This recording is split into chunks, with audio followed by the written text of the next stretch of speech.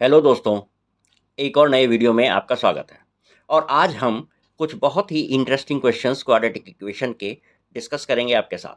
ठीक है ना? ये क्वेश्चन ऐसे हैं जो प्रायः एग्जाम्स में आते हैं और जिनमें बच्चे बहुत हद तक उलझ जाते हैं। अब देखिए, ज़्यादा बड़ा डिस्कशन ना करते हुए हम सीधे टॉपिक पर आते हैं। ठीक है ना? और जो बच्चे पहली बार चैनल पर आए हैं, प्लीज़ इसे सब्सक्राइब करें। वीडियो देखें, देखने के बाद आपको वीडियो पसंद आए तो लाइक और कमेंट भी ज़रूर करें, क्योंकि आपके कमेंट से हमें ये पता चलता है कि हम कहाँ और अपने सेशंस को इंटरेस्टिंग और इम्पॉर्टेंट बना सकते हैं। ठीक है ना?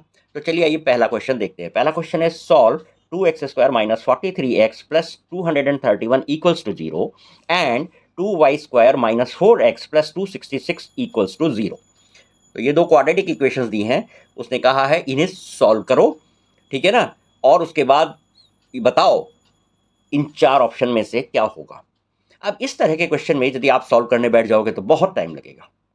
यहाँ पर हम एक छोटी सी इंफॉर्मेशन से इस क्वेश्चन को 2 सेकंड में, बल्कि मैं तो कहूँगा 1 सेकंड में कर सकते हैं। अब आप यहाँ देखिए, ये प्लस है और ये माइनस है, तो इसके जो रूट्स आएंगे वो रूट्स आएंगे आपके दोनों पॉजिटिव।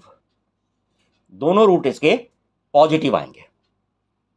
क्या आएंगे इससे हमें कोई मतलब नहीं है, सॉल्व करने की जरूरत नहीं है। सॉल्व करने में उलझ जाओगे, बहुत टाइम लगेगा। सिर्फ आपको दिमाग लगाना है, अपनी अंडरस्टैंडिंग और कॉन्सेप्ट का सही इस्तेमाल करना है यहां पर। और जब यहां पर माइनस है, सॉरी यहां पर प्लस लेते हैं हम, तब इसे हम, क्वेश्चन में भी प्लस है, ये लिखने में गलती हुई है। तो जब ये दोनों प्लस हैं तो इसके जो रूट्स आएंगे वो दोनों नेगेटिव आएंगे। राइट? मतलब x की वैल्यू पॉजिटिव आएगी, y की वैल्यू नेगेटिव आएगी। तो आंसर आपके सामने है, ऑब्वियसली आप इसे टिक कर दोगे। ठीक है ना? इसमें कतई 1 सेकंड से ज्यादा नहीं लगेगा यदि आपको कॉन्सेप्ट समझ में आ चुका है और कॉन्सेप्ट को आप जानते हैं तो। ठीक है ना? तो इस तरह के क्वेश्चन में बच्चे कई बार उलझ जाते हैं इन्हें सॉल्व करने में, जबकि यहां पर सॉल्व करने की कोई आवश्यकता नहीं है। अब एक और क्वेश्चन देखते हैं हम। इस टाइप के क्वेश्चंस में भी बच्चे थोड़ा सा घबराते हैं। सेकंड क्वेश्चन है, solve for x of course. तो क्वेश्चन लिया मैंने x² plus 3√3 of x plus 6 = 0। चलिए एक और एग्जांपल भी मैं साथ साथ ले लेता हूं, ताकि आपका कोई डाउट यदि पहले एग्जांपल में रह जाता है तो वो आप दूसरा भी हम आपके साथ करेंगे। और ये इस तरह की जब रूट के साइन बच्चे देखते हैं तो घबरा जाते हैं कि हमसे नहीं होगा, जबकि ये क्वेश्चंस बहुत बहुत बहुत आसान है। अब आप देखिए, यहां पर आपको करना क्या है, थोड़ा सा कंसेप्ट को एक स्मार्ट वे में यूज करना है। सबको मैं जानता हूं, सब बहुतों को आपको ये क्वाड्रेटिक इक्वेशन सॉल्व करनी आती है, लेकिन आने का मतलब ये है कि कितना टाइम लगाओगे आप। यदि ये कॉम्पिटिटिव्स में आ जाए तो time is very important for you. ठीक है? अब यहां देखिए, ये 6 है और इसका कोफिशिएंट है 1। तो पहला हम क्या करते हैं, इसे और इसको मल्टीप्लाई करते हैं। तो मल्टीप्लाई करके क्या आएगा, आपके पास 6 ही आएगा। ठीक है ना? अब 6 के प्राइम फैक्टर्स ओरली आप निकाल सकते हो, 3 और दूसरा फैक्टर होगा 2। राइट? अब यहां पर मुझे √3 दिख रहा है, इसलिए भी मैंने 3 लिया है खास तौर से। ठीक है? अब यहां पर √3 दिख रहा है, √3 को मैं, ये जो 3 लिया है इसको मैं 3 और √3 भी रख सकता हूं। ठीक है? मुझे चाहिए यहां पर 3 टाइम्स ऑफ √3, तो ये 2 टाइम्स ऑफ √3 होगा और ये एक √3 हो जाएगा। तो ये मिल के मेरा 6 बन जाएगा। ठीक है ना? मतलब मुझे ये जो ब्रेकअप करना है, x² plus 2√3x plus √3x plus 6, यही आपको दिक्कत आती है कि हम इसे ब्रेकअप कैसे करें। और जब ये ब्रेकअप आपके सामने आ गया तो अब तो क्वेश्चन में कुछ भी नहीं रहा।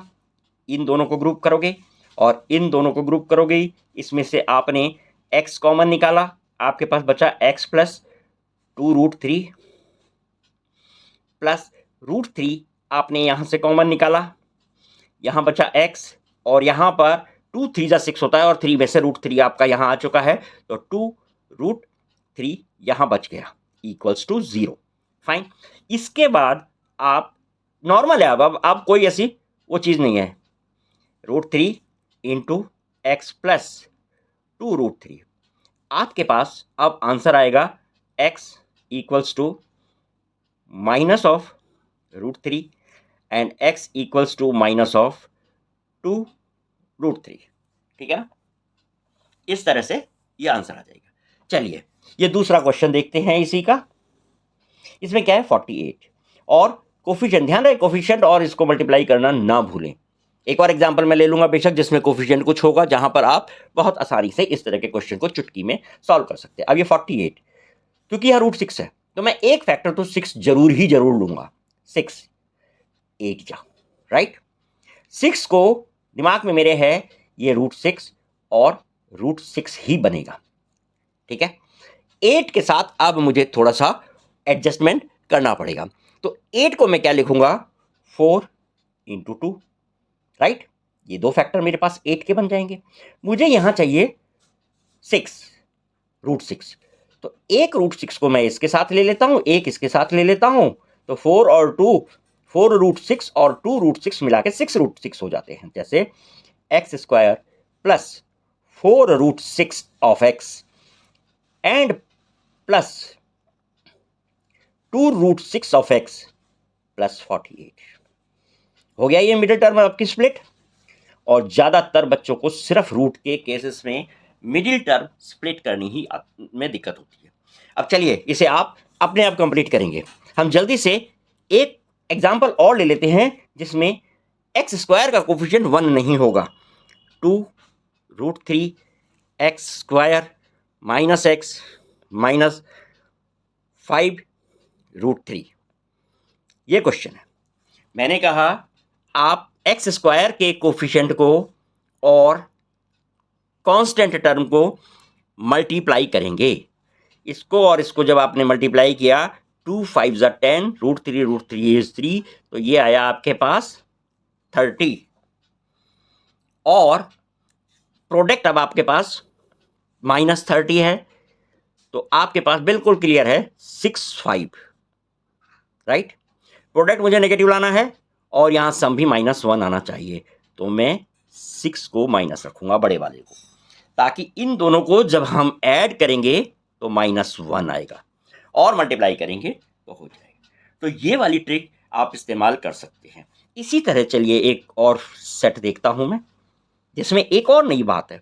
जैसे solve x² -52x plus 667 equals to 0। अब इतना बड़ा नंबर देख के ऑब्वियसली आप घबरा जाओगे। अब कैसे करोगे इसे? यदि आप नॉर्मल तरीके से इसके फैक्टर्स निकालो और फिर उनकी पेयरिंग, दो ग्रुप बनाओ जिसका सम -52 आए, काफी टाइम लगेगा। ठीक है, तो अब इसके लिए हम क्या करेंगे, कैसे हमें इसे करना चाहिए? अब सबसे पहले आप इस पर ध्यान दो, ये किस परफेक्ट स्क्वायर के क्लोज है, ये किस परफेक्ट स्क्वायर के ये क्लोज है। ये 25 का स्क्वायर होता है 625, 25 का स्क्वायर होता है 625, और ऐसे ही 26 का स्क्वायर हो जाएगा, इससे ज़्यादा होगा। तो मैंने ये देखा है कि ये, तो माना कि मैंने इसे 25 और 25 दो फैक्टर्स मेरे पास ये हैं, क्लोजेस्ट को लेना है, राइट। बड़ा वाला भी ले सकते हो, छोटा वाला भी ले सकते हो। अब आप क्या करेंगे, 25 प्लस 25 50 होता है, हमें क्या चाहिए 52 चाहिए। अब आप एक तरफ से माइनस करें और दूसरी तरफ से इंक्रीज करें। इसको यदि मैं 26 करूं तो मुझे ये 24 करना चाहिए, राइट। लेकिन अब मुझे एक चीज और देखनी है, क्योंकि प्रोडक्ट मेरे पास 7 आना चाहिए, 4 और 6 का नहीं आएगा, तो इस तरह का नंबर मैं नहीं लूंगा। 7 कहां आएगा, 3 और 9 में, फाइन। 3 9 27, तो यहां मैं 29 और 23 कर दूं, मिल गए मुझे ये दो। आप मल्टीप्लाई करके देख, आप ऐड करके देख लो, 52 आएगा -52, और इन दोनों को आप मल्टीप्लाई करोगे तो 667 आपके पास आएगा। ठीक है, तो माइनस में चाहिए, दोनों आप माइनस रख लीजिए, तो लगा इसमें टाइम। अदरवाइज आप इसे फैक्टराइज करके ग्रुप ढूंढने में कई बार बहुत ज़्यादा टाइम लग जाता है। अब इस क्वेश्चन में कुछ नहीं रहा, अब ये हो गया x square minus 29x minus 23x plus 667 equals to 0 gives you x minus 29 minus 23 x minus 29, तो आपके पास आ गया x इक्वल्स टू 23 एंड 29। और इतना भी करने की जरूरत नहीं है, जब ये नंबर आपके पास आ जाते हैं तो इनका साइन चेंज कर दीजिए, तो x की वैल्यू 23 और 29 ही होगी। ये तो करके मैंने आपको दिखा दिया, ठीक है ना। चलिए इसी तरह का एक क्वेश्चन मैं और लेता हूं, ताकि जहां कहीं समझने में यदि कोई कमी रह गई या मेरे समझाने में कोई कमी रह गई वो आप देख लें। ये है इसी का second, y square minus 60y plus 889। ये भी एक बड़ा सा नंबर है 889। अब 889 के आस और पास के परफेक्ट स्क्वायर्स देखिए, 889 के पास के, तो इससे जो कम होगा वो होगा 21 का स्क्वायर क्या होता है, या 29 का स्क्वायर लूंगा मैं, सॉरी। तो 881 जो कि 29 का स्क्वायर होगा, और 30 का स्क्वायर लूंगा मैं 900। इसके बीच में ये नंबर पड़ रहा है, ध्यान रहे ये वाला जो नंबर है हमारा वो इन दोनों के बीच में आ रहा है, और ये नंबर ऑब्वियसली मैंने ये कंसीडर करके ही लिया है, मल्टीप्लाई करने के बाद ही लिया है। यदि यहाँ पर कोएफिशिएंट होता तो ये और भी बड़ा हो सकता था, लेकिन तरीका हमारा यही रहेगा, राइट। अब आप इसको देखिए, ये 29 का स्क्वायर है और ये 30 का स्क्वायर है, ठीक है ना। अब आपको इसमें से ये देखना है कि ये 9 कैसे आएगा। ये एग्जैक्टली ये नंबर नहीं है, इनमें आसपास हमें थोड़ा सा एडजस्टमेंट करना पड़ेगा। ये 29 और ये 9, तो ऑब्वियसली मुझे दिख रहा है 29 के साथ मैं यदि 31 ले लूं तो 1 9 जा 9 ये आ जाएगा मेरे पास। मल्टीप्लाई करके आप देख लीजिए, 29 एंड 3 9 जा 27 एंड 3 2 जा 6 7 8, तो ये आपके पास 899 है बेटा, ये सॉरी 889 नहीं है, 899 है, आई एम वेरी सॉरी। तो ये इस टाइप से, और वैसे भी 889 भी होगा तो भी हम इसे थोड़ा सा एडजस्ट करके थोड़ा ज़्यादा हमें कैलकुलेशन करनी पड़ेगी। तो ये आ गया आपका 889, तो प्रोडक्ट तो मेरे को 2 नंबर मिल गए। जब ये 2 नंबर मिल गए तो आपको लगाने की कोई ज़रूरत नहीं है, आप लिख सकते हैं y इज इक्वल टू, इन दोनों को आपने ऐड किया है, नेगेटिव के हैं, तो ये 29 एंड 31, ये आपका आंसर हो जाएगा। समझ गए? या और एक किया जाए इसमें, ठीक है, एक और लेते हैं, चलो इसमें थोड़ा सा ये कंफ्यूजन हो गया था। C x square minus 55x plus 756 equals to 0। तो यहाँ है मेरे पास 756। अब 756 को मैं 2 नियरेस्ट स्क्वायर होते हैं इसके, एक तो होगा 27 और एक होगा आपका 28, राइट। दोनों में से कोई सा भी ले सकते हो, nothing to worry about it, right. अब मान लो मैंने इसमें से 27 ले लिया, 55 चाहिए मुझे, ठीक है ना। 27 ये मैंने लिया, और 7 8 जा 56 होता है, तो 6 भी मुझे मिल रहा है यहाँ प्रोडक्ट, और इसको मैंने ऐड किया तो मेरे पास ये 25, ये 55 आ रहा है, तो यहाँ तो सीधा सीधा मिल गया आंसर, ठीक है ना। तो ये ट्रिक आप इस्तेमाल कर सकते हैं, it will be very very helpful to you. Fine, thank you very much for this session. I don't want to make it a very long session, ताकि थोड़ी सी चीज़ें ये आपको याद रहें, that will be more than enough. और आपको यदि वीडियो अच्छा लगा हो तो सब्सक्राइब जरूर करें, अपना कमेंट और लाइक और अपने फ्रेंड्स के साथ शेयर करें, ताकि उन्हें भी इसका लाभ मिले। और जल्दी ही मिलते हैं एक और नए वीडियो के साथ।